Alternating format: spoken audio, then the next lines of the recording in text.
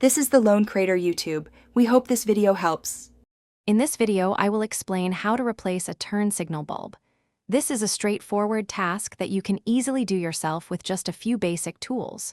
First, make sure your vehicle is parked safely with the engine off. You will need a new turn signal bulb, which typically costs around $5 to $10, and a Phillips head screwdriver. Having these items ready will make the process much smoother. Now, let's get to the bulb.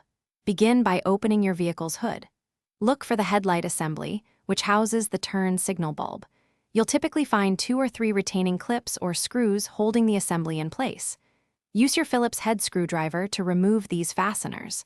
Once they are out, gently pull the entire headlight assembly straight forward about 6 to 8 inches to create enough space. With the headlight assembly pulled forward, you can now access the turn signal bulb socket.